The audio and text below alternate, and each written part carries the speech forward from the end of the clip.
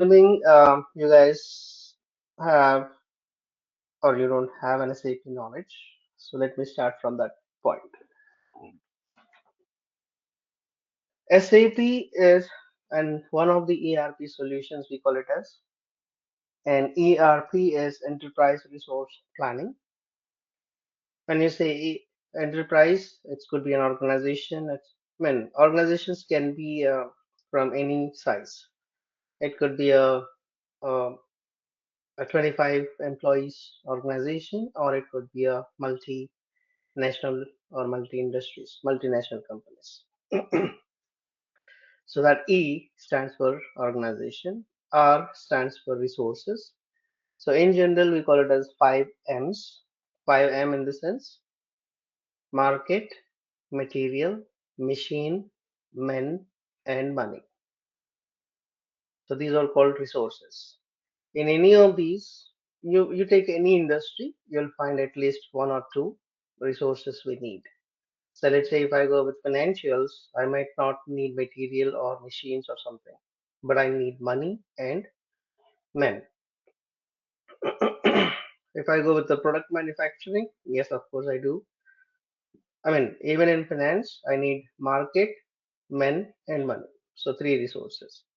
When I go with the manufacturing, I need market, material, machine, men, and money, right?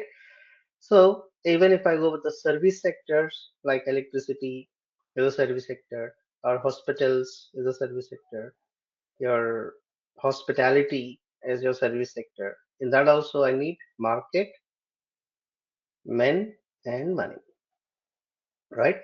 So it that's the reason we call it as resources. And then your P stands for planning. So planning of all these resources within an organization, let me put it in simplified way, is called ERP. Not only that, when you say planning, it needs a lot of coordination and a lot of information sharing, information maintenance, and all the stuff, right? So that's the reason your software industries came up with an options called ERP, and there are a lot of ERP solutions. You can tons of ERPs, starting from small. I would not say small, starting from Tally, going with Oracle Financials, Oracle ERP, right? So in that list, you see SAP is one of the ERP solutions. In SAP, the core SAP is called ECC, Enterprise Central Component. That is your core SAP. So core SAP in the sense we also call it as ECC, we also call it as R3, real-time three-tier architecture. So that's the core base of your SAP. So you guys might have heard about well-versed modules like sales and distribution, SD, MM, PP, plant production planning, plant maintenance, PM, CS, customer service, right? So it was like a boom where you have FICO, and you have sales and distribution, material management, quality management, warehouse management, extended warehouse management, and all the stuff. There used to be like 80 different modules. Now, over a period of time, SAP realized that every industry is unique. So their business processes never match with other industry, right? For example, if you take retail, where you're going to sell fast-moving consumer goods like your your bath soaps, your toothpaste, and all the stuff. So that industry is entirely different from your banking sector, and your banking sector is entirely different from your insurance sector, and every industry is unique, but SAP is only one. Even though it is providing all the solutions, but it was giving expensive. It became expensive to the customers because they need to find out the solution what they need, and then they need to spend on the time with the resources, implementation point of view, and time and everything, time and money. It was becoming expensive. So SAP came up with an option called industry specific solution. That means on top of your ERP, ECC, SAP gave a solution, predefined solution for each industry, wherein you can see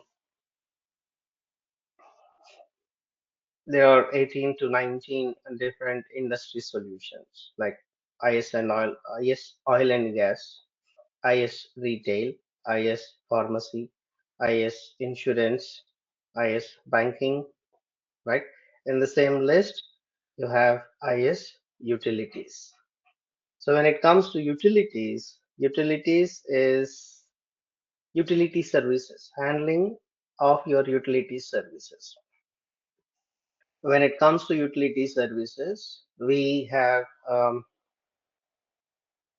five industries that comes under utility services: electricity, water, wastewater, waste management, and a public administration. It used to be like multimedia and all this stuff, but multimedia has its own application altogether now. So currently it deals with electricity, gas, water. I mean, they call it as wastewater, waste management, and public administration. Now, out of this, there could be a combination of multiple services, or you might be dealing with a client which is having only one service. Now, in this, in India, normally we don't come across multiple services. Like if it is an electricity service, they provide only electricity. And if it is a water, they might be providing water, wastewater, and waste management. I mean, it is municipality, right? Whereas in the gas utilities, we don't have any much gas utilities in India, but there are a couple of states. So, but in other areas, on the other geographical areas, most of your services are, even though they are governed by the company, I mean the government, but all the services are being provided by the. Give me 1 second, guys.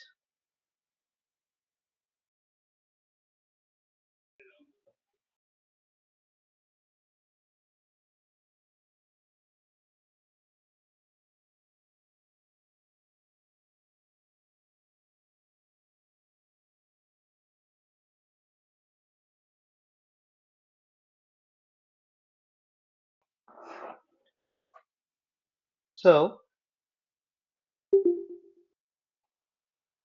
when it all depends on the geography, because if we take an example in Saudi or Arabia or some Saudi Arabia and other areas, even though it is governed by the government, but they provide the entire three services: electricity, gas, and water, wastewater. Whereas in Canada, there could be a combination. I mean, Canada, UK, and US has a combination. So electricity company, they also provide gas most of the times. And there could be a combination of gas, water, and waste management. And there are companies who provides only water, wastewater, and waste management. There are companies with water, I mean electricity, gas, and there are companies only with gas. There are companies with only electricity.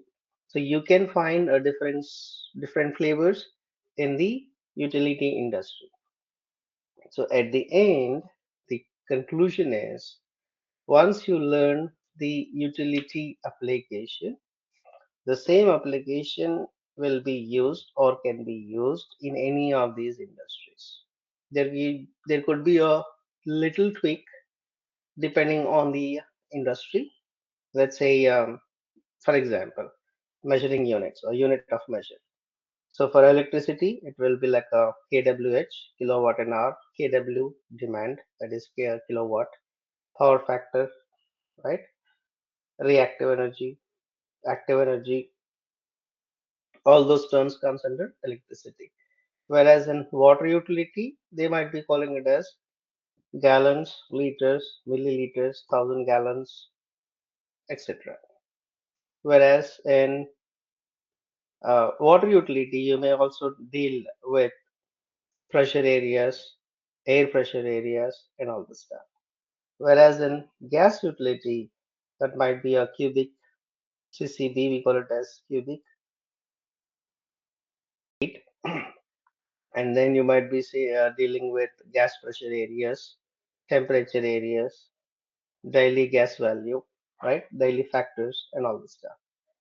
So when it comes to waste management, you might be dealing with the routes, reroutes, where they say your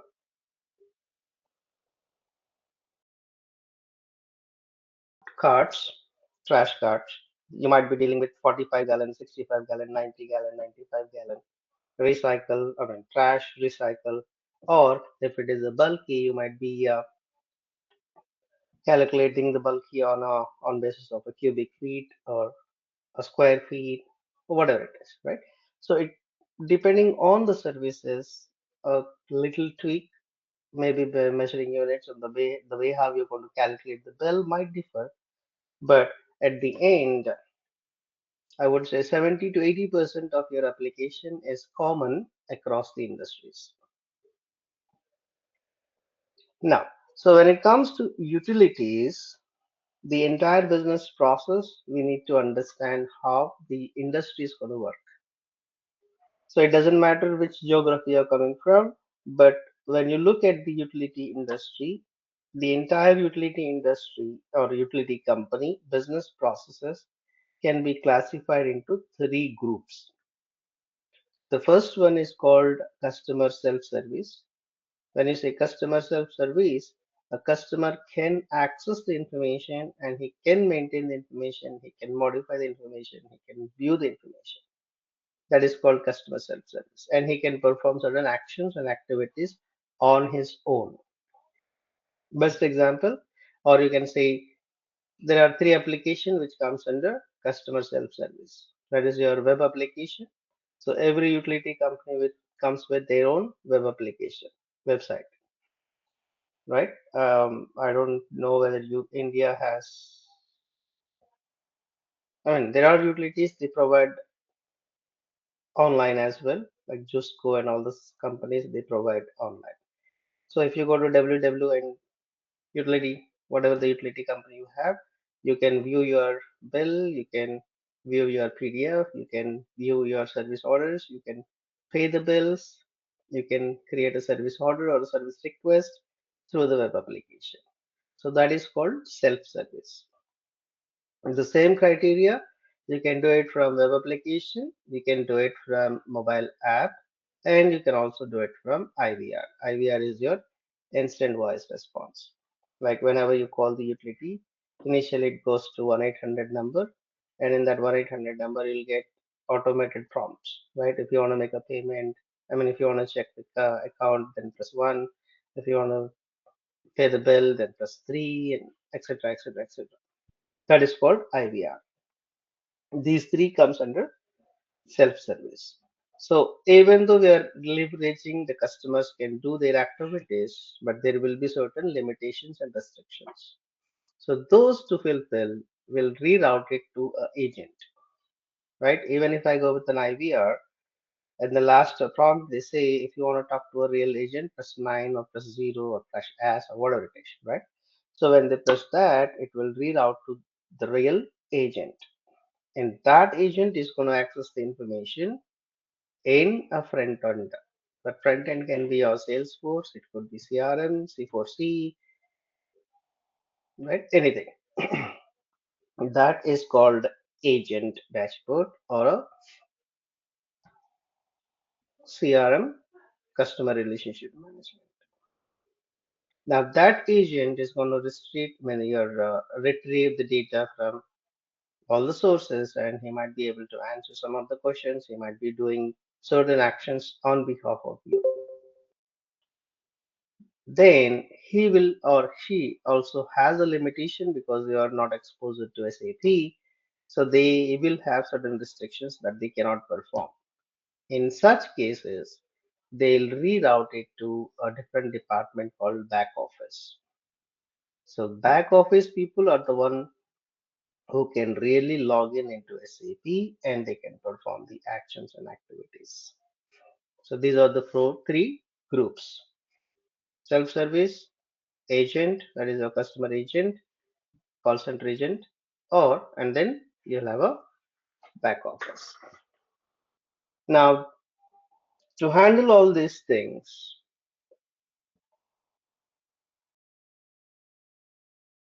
when you look at utility as an industry, and especially when you go with electricity utility, there are different departments, different organizations has to work together to provide electricity to the residential or a commercial or an industrial customers.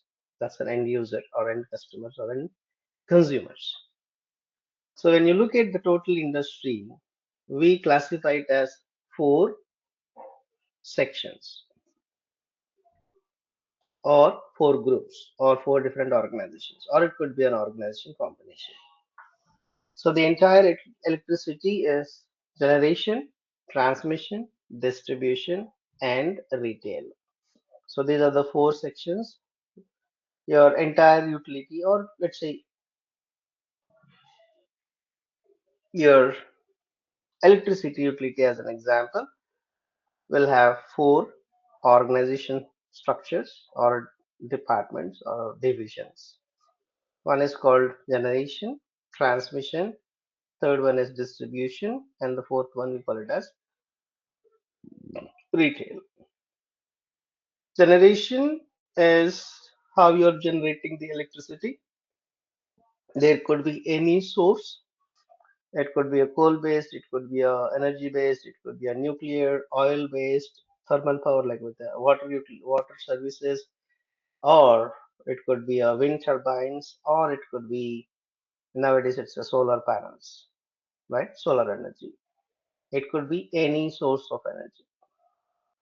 Once they generate the electricity, especially when you deal with these high power plants like megawatts, kilowatts, and all this stuff.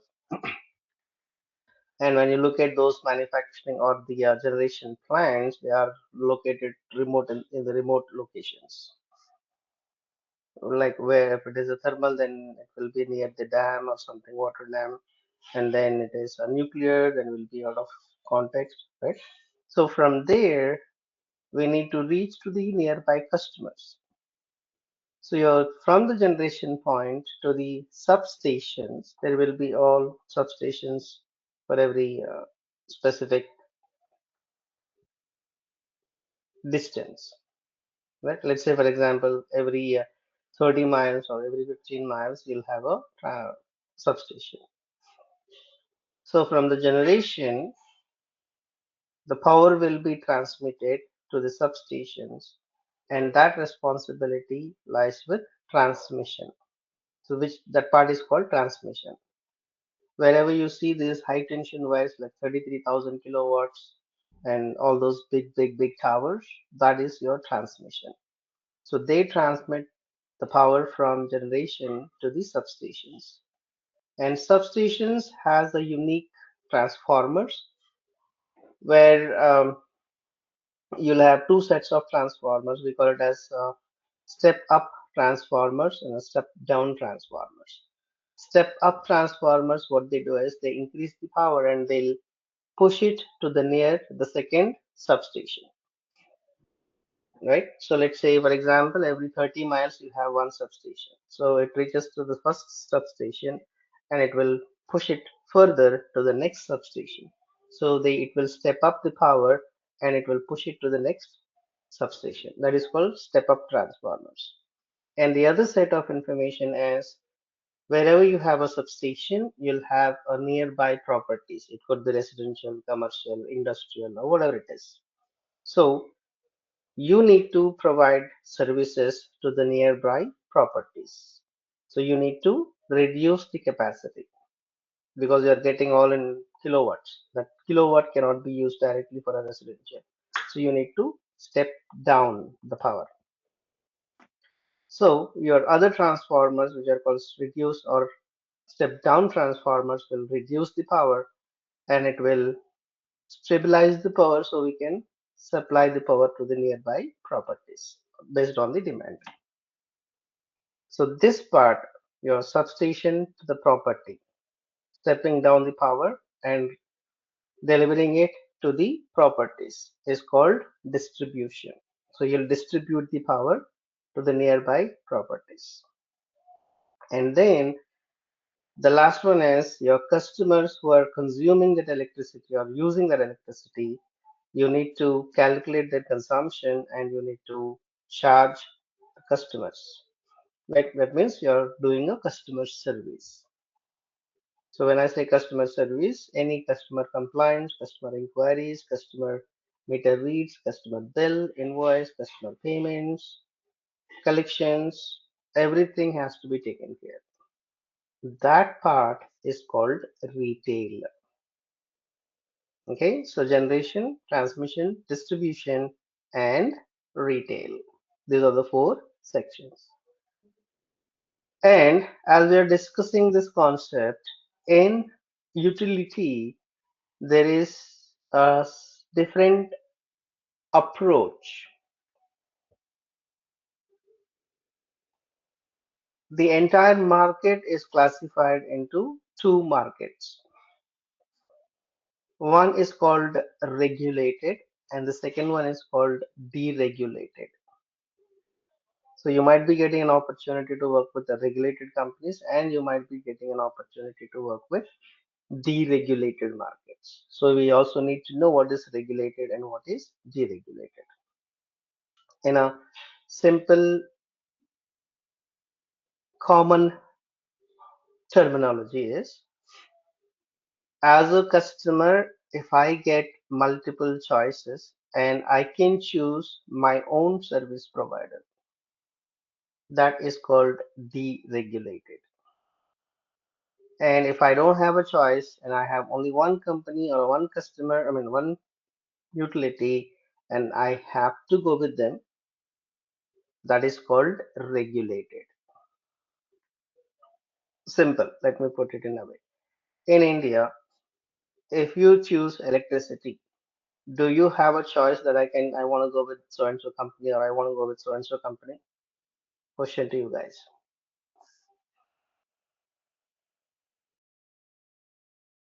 I want electricity service to my home. Do I have a choice?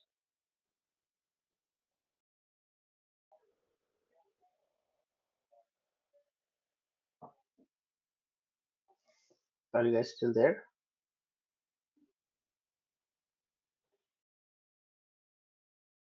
Yes. So as a customer choice, you don't have a choice that you can select it. But whereas if I want to choose a cell company like cellular or mobile, I have multiple choices. I can go with Airtel, I can go with Idea, I can go with BSNL, I can go with Reliance, Geo, whatever it is, right? That is called deregulated.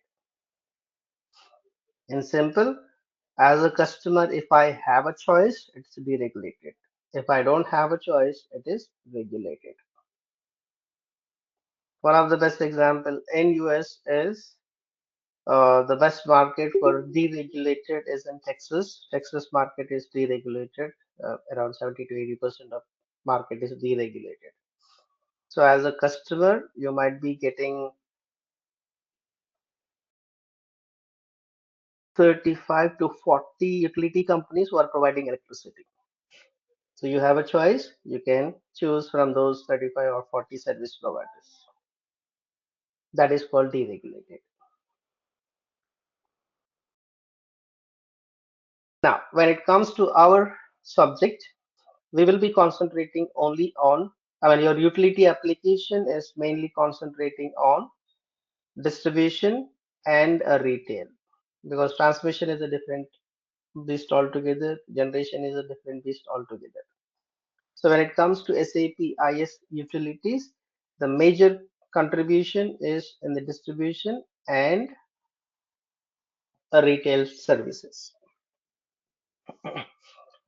So when you deal with this distribution and retail services, the services are classified into multiple. modules. So in SAP, we have 6 different modules, logically speaking, but here it is showing only 5. There's one 5. One is called customer service.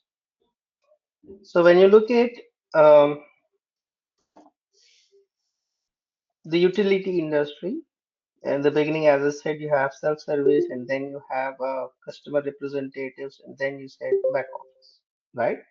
In the same way, when you look at the customer journey from end to end, simple example, assume you're the customer and you're expecting an electricity service to set up in your new home.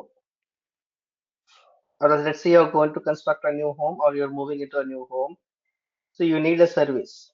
So what is the process you're going to do? You'll reach out to the utility company. You'll submit your application.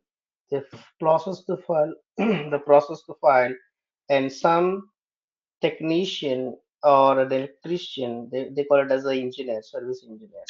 They come to your home, they review your setup, and then they're going to install the meter. They'll connect it to the nearby pole, or they might be setting up a transformer, and then they might be connecting it to the nearby pole. That is your electrical department is going to do, your service engineer is going to do. Right then, every month they collect the meter reads. So your meter reader will come and collect the meter read, and then he's going to give you the bill, and that bill will have 15 days or 20 days as your service days, and within that 20 days you have to pay your electricity bill, and if you don't pay the electricity bill, you'll have reciprocation actions like you'll be getting notifications that we're going to turn off the power and all this stuff, and so after a period of time they're going to remove the fuse, they'll turn off the power, right? So all these actions or all these activities are grouped into 5 different modules. So handling your customers, like your receiving the applications, reviewing the applications, processing those applications and all the stuff, is your customer service. So in customer service, the business processes we call is your move-ins, move-outs, transfer of services, disconnections, customer disconnections, temporary reconnections, and all this stuff. So any customer facing is called customer service. The next one is, in our example, we said your customer submitted a move-in request or a application, but the service engineer came to your home to look into your service and he installed the meter. Now, how does they know that they have to come to your address and they need to submit or they need to install the meter at your location? Because you never communicated with them, right? You never asked them or you never reached to them. The process is, when customer service receives an application, in the back end, it is going to create a service orders or a service notifications. That department is called work management. So as part of your work management, you're going to create the service orders and service notifications, and those service orders will be distributed to the field force or your technicians or engineers to go and work on them. And then when you look at the device is your utility property. That is your utility company, whoever is providing, that's their property, right? Their equipment, their machines, their material. So the movement of that material will take a lot of actions. So they need to create a goods issue service notification based on that goods issue. That material will be moved from your warehouse or a storage location. Someone has to pick it and then someone has to install it, and then they need to report it back to the utility company saying so and so service order, I mean service number with the so and so device number, so and so equipment number has been installed in so and so address connected to so and so ABC transformer. All that information has to be provided back to utility company, right? Even if you look at your electricity bill, there will be a service address with a huge number. That huge number will give all the details like what is your transformer number, what is your pole number, what is your meter number, longitude, latitude, and all this stuff, right? So that taking care of all these things is called device management. And at the same time, every month there will be a meter reader who will come to your meter and he'll read the meters and then he'll going to hand it over a bill to you. Bill is different. So collecting the meter reads, taking care of your device, taking care of your meters. When I say taking care of your meters, meter installation, meter removal, meter replacements, meter certifications, meter corrections, anything related to your meter is your device management. Any actions you are taking against to the meter, that's a responsibility of your device management. And then once you collect the meter read, based on the meter read, we have to calculate the consumption, and based on the consumption, you're going to get all the charges like your consumption charge, energy charge, fuel charge, non-fuel charges, your municipality taxes, your state tax, central tax, or federal tax, all the stuff, whatever it is. Everything will be calculated based on your consumption, based on your base charge, based on your customer charge, and all this stuff. So how do we calculate those charges? Because your residential will have a different calculation, your commercial will have a different calculation, your industries will have a different calculations, and your specialized customers, VVIPs, will have a different calculations. To handle all these things, handling of all those is called billing and invoicing. And then once the invoice is created, when we publish that invoice, when we publish that bill to the customer, when we hand over the bill to the customer, from that day, it will start calculating your due dates. So your system will monitor based on your due dates, and once every day it is going to look into and did we receive the payment or not, and all the stuff. So if we don't receive the payment on or before the due date, after the due date, there will be certain actions will be taken care. Like it will post a late payment charges, it will send a reminder, and it will give you a specific number of days. And if you don't reply back within that stipulated time, your service will be turned off. That means they'll remove the fuse, no power, nothing. That is called disconnection. And then if you make a payment, then will be a reconnections. And if you don't any attack any actions, then though we do a move out and then we'll submit it to a collection agency. That's the last stage. So taking care of all these actions, activities like your payments, returns, refunds, your dunning collections, collection agencies, write-offs, all these activities are called as FICA, FICA, Financial Accounting, Contract Accounts Receivables and Payables. Now, this is the overall picture of a utility. Coming back to our training, we will have two options. One, you can pick and choose the modules which you are looking for. That means you can go with customer service only, or you can go with device management, or you can go with billing and invoicing, or you can go with FICA separately, or you can pick and choose two different modules, or you can take a full course which will have all the modules from customer service to